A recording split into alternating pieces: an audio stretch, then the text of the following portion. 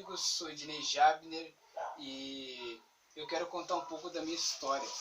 Começando com esse livro que eu tive a ideia de escrever quando eu tinha 14 anos. Eu vou contar para você como é que começou essa história.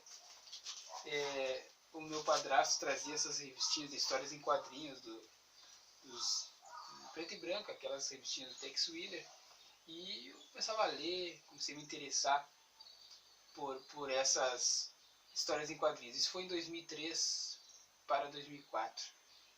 E participei de algumas feiras nos colégios, né, como na feira em Santa Maria. E eu quero resumir para você. E eu precisava construir aí um personagem, né?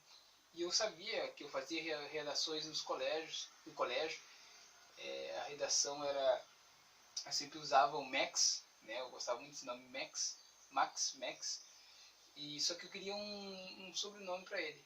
E uma vez a minha avó falou assim, Max Roy. E aí eu pensei, vou usar esse nome, Max Roy, até hoje. E eu escrevi essa história manualmente, né?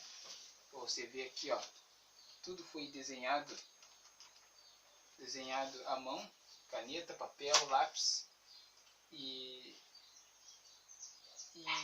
ainda tenho o sonho de poder editar e publicar essas revistinhas. Eu, Ednei Jabner, escrevi Max Roy, Ação Implacável número 1, Max Roy, Ação Implacável número 2. Né?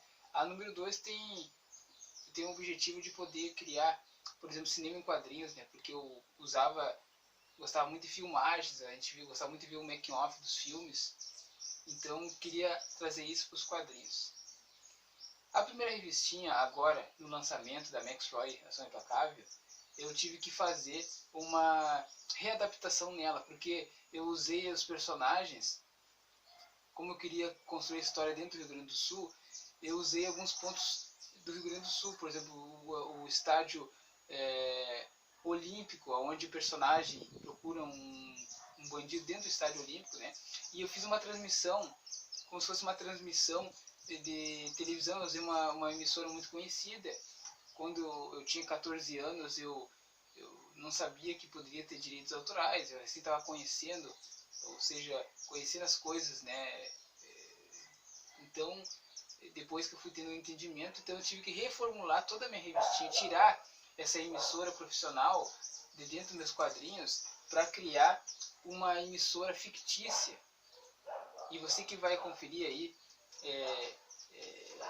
toda a trajetória da minha história, também das histórias em quadrinhos, e também a minha parte literária, você vai acompanhar que eu tive que reformular toda a minha história, toda a história em quadrinhos, para poder publicar ela. Então eu tive que tirar muitas coisas que estavam erradas, tive que editar texto, os balãozinhos eu tive que editar, e você vai conferir então. No lançamento da revistinha você vai ver. É claro que eu não vou dizer o nome da emissora que eu tinha colocado, porque eu coloquei um personagem também muito conhecido dentro do estádio olímpico, né? Hoje não existe mais o estádio olímpico, né? Mas poderia criar outro personagem e outra televisão para colocar e incluir dentro da revistinha. E claro, como eu tinha 14 anos, eu não tinha tanto entendimento, então eu tive que reformular, tive que explicar mais ou menos o que estava acontecendo quadrinho por quadrinho, e para a pessoa poder ter uma noção mais direta do que estava acontecendo na história. Então, meu amigo, minha amiga, nas bancas, você vai acompanhar, também com o avanço da tecnologia, com o avanço da internet, com o avanço da tecnologia, eu pude infiltrar a tecnologia dentro do meu trabalho artístico. Tá bom?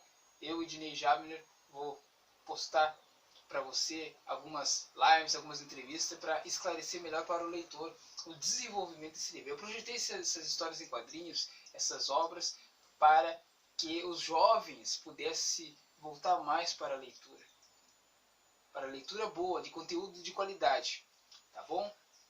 Logo mais nós vamos conversar sobre mais esse assunto, sobre a reformulação das minhas histórias em quadrinhos, para que eu possa poder publicar elas.